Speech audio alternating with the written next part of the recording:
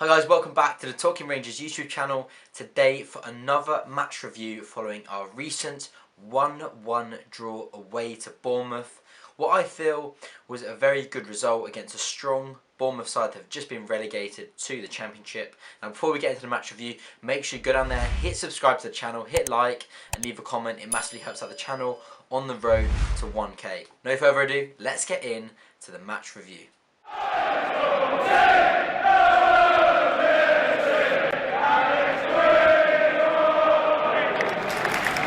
So what do I make of the game that has just finished 0-0 away to Bournemouth?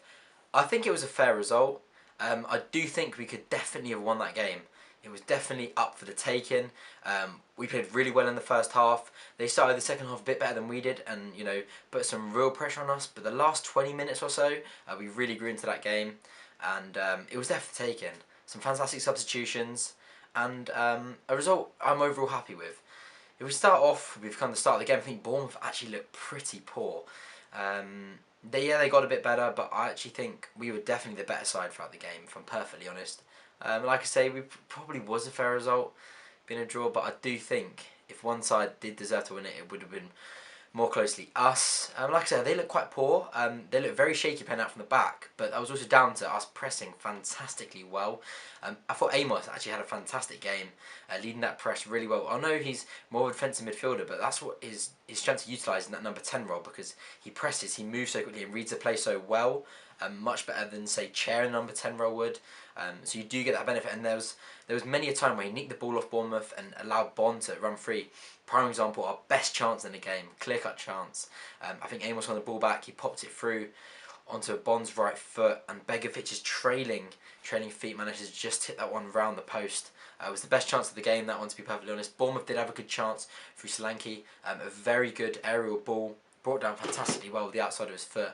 Dickey couldn't quite stop him, getting his snapshot off, and it just flew past the far post. But apart from that, well, there wasn't that many clear chances.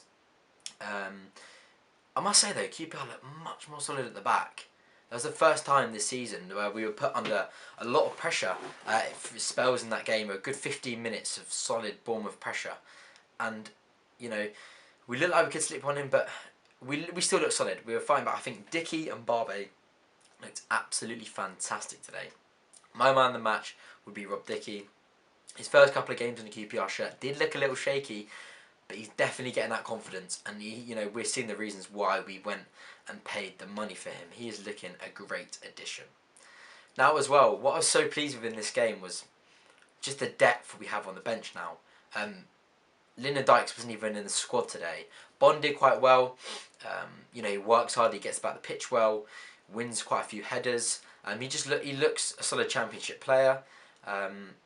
He should have scored, if I'm perfectly honest, but it was a good save from Begovic.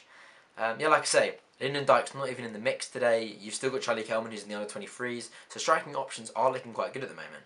But not only that, when Amos came off, Samuel came off, Chair came off, we still had Willock and Adoma to bring on, which are two fantastic options. Adoma just looked a breath of fresh air when he came on. His cute little touches, his directness, and just his intelligence kind of came through, and he just looks like he's going to be a good addition to the side. Chris Willock only had, I think, about 7 minutes or something coming on in the 83rd minute, but he looks good as well. He looks lively.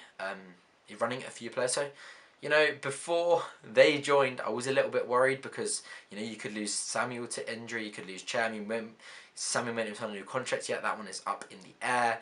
Without those two, we have no real strong attacking options. Obviously, Paul Smythe's gone out on loan now, but now just with a couple of those, we do look a new side. And what's so great, I know it's awful to lose Eze, but losing Eze has meant that we could reinvest in all areas of the side. Okay, yes, we could have done with a left back. I'll touch on Manning in just a moment, but signing Dickey, signing these attacking players, signing 3 strikers in essence, bringing in Tom Carroll, just balancing all the areas of the side has made us a lot more solid. And I think this performance has shown a lot of promise.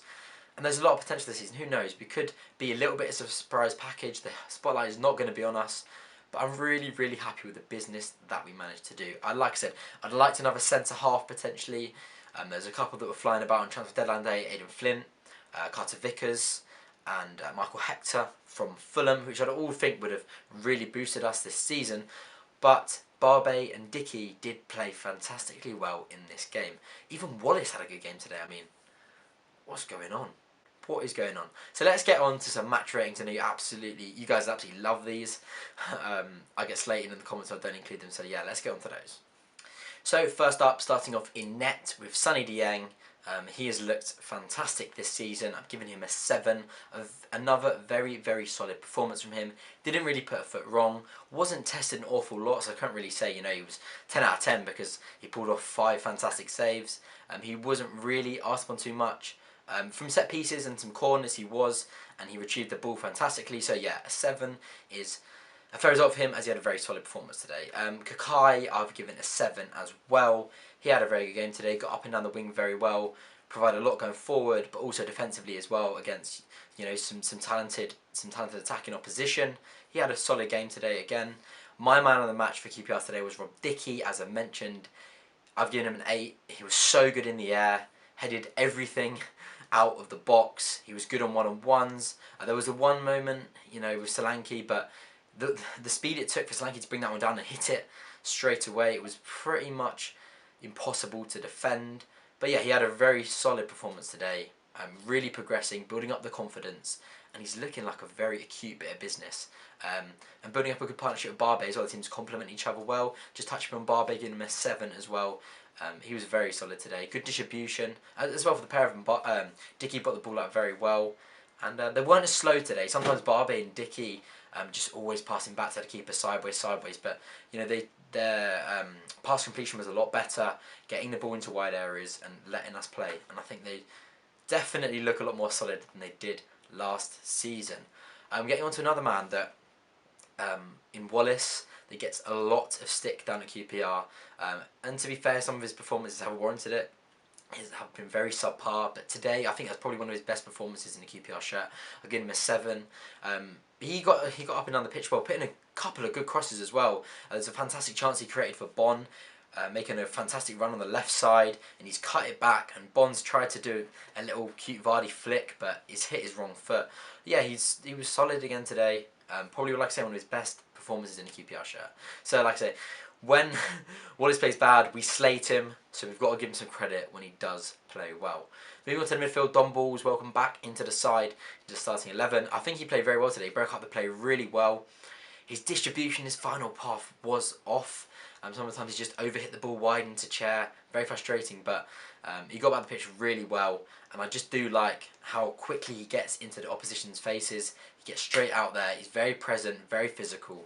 And I think he is a strong, important player for us. As well, our captain, Jeff Cameron, I've given him also a 6. I don't know if I mentioned good ball, got a 6, but yeah. Cameron had a good game again today. Like I say, their 2 distributions, some of the passes were very wayward. But they did well defensively, and they provided a very good shield for the back 4. I was happy with both of their performances, if I'm honest. Samuel, giving him a 6. He did get a couple of early knocks. He had a good game, a fantastic bit of work from him on the right-hand side. He's gone past a couple of players, and he's cut in and taken an early, fast shot with his left foot down to Begovic's left side. Is a fantastic save, nearly getting the opening goal. Yeah, like I say, he got a couple of knocks. He was limping around for a bit of the game. Not struggled to have quite the impact that he'd have hoped, but I still think he had a decent impact upon the game. Luke Amos in the number 10 role. I think he actually had a very good game for us before coming off with a worrying knee injury, which is what he has struggled with at his time at Tottenham with his ACL. So hopefully he's not going to be out for too long. I'm hearing he's having a scan on Tuesday. But he played fantastically well in that number 10 role. Like I touched upon at the start of the video, he gets about so well. He reads the play, he anticipates, and he intercepts. He's very good at pressing, he leads the line on that. And he adds something different to a normal number 10. He's not your skillful player who has the output or maybe creates the most chances, but he'll win the ball back for the side, up in the upper third of the pitch, and create chances for him more. So like a different style, but yeah, he was very effective, and I think he was having a very good game before he was sadly taken off with an injury. Ilias Chair, I've given him a 6. And again, I think he had a decent game. Nothing stunning. I don't think anyone played bad today. Everyone played well. It was a good team performance. Like I said, we're just missing that bit of end product from Ilias Chair at the moment, and hopefully that's going to come soon. And the man that led the line, Mac Bon, as I'm being told, he prefers to be called. It's only his mum that calls him Macaulay. He had a decent performance today. He pressed well. He worked hard. Maybe didn't quite get the service he'd have liked. He did have a couple of good chances I was hoping he could have taken. I think he should have scored the one where Amos put him through, but not a performance he should be disappointed about. And like I say, it's only his first full 90 minutes in a QPR shirt. As for some of the substitutions, Tom Carroll came on. He did fairly well. I'm not going to give a rating for these because they didn't really play for too long. My man Adoma looked brilliant, I think. Like I say, some of the touches, the way he just drove with the ball.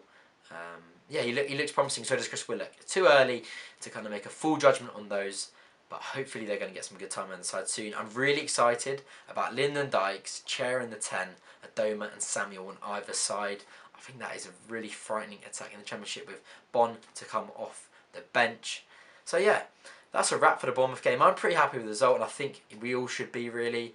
Bournemouth are a strong side with still some Premier League quality in there. They did look fairly poor, but I think that was, to be fair to QPR, the way that we pressed and we got at them in the first half. So yeah, we'd definitely be pleased with that performance, and a lot of promise for more games to come. The next one is against Preston, so you'll see me again for that one. But yeah, some very exciting content coming soon to this channel. I can't wait to share with you. I'm working on behind the scenes, as it will come to the channel soon. But yeah, make sure you stick around, make sure you hit subscribe, leave a like, and I'll see you in the next one. Thanks for tuning in, guys. Come on, you R's.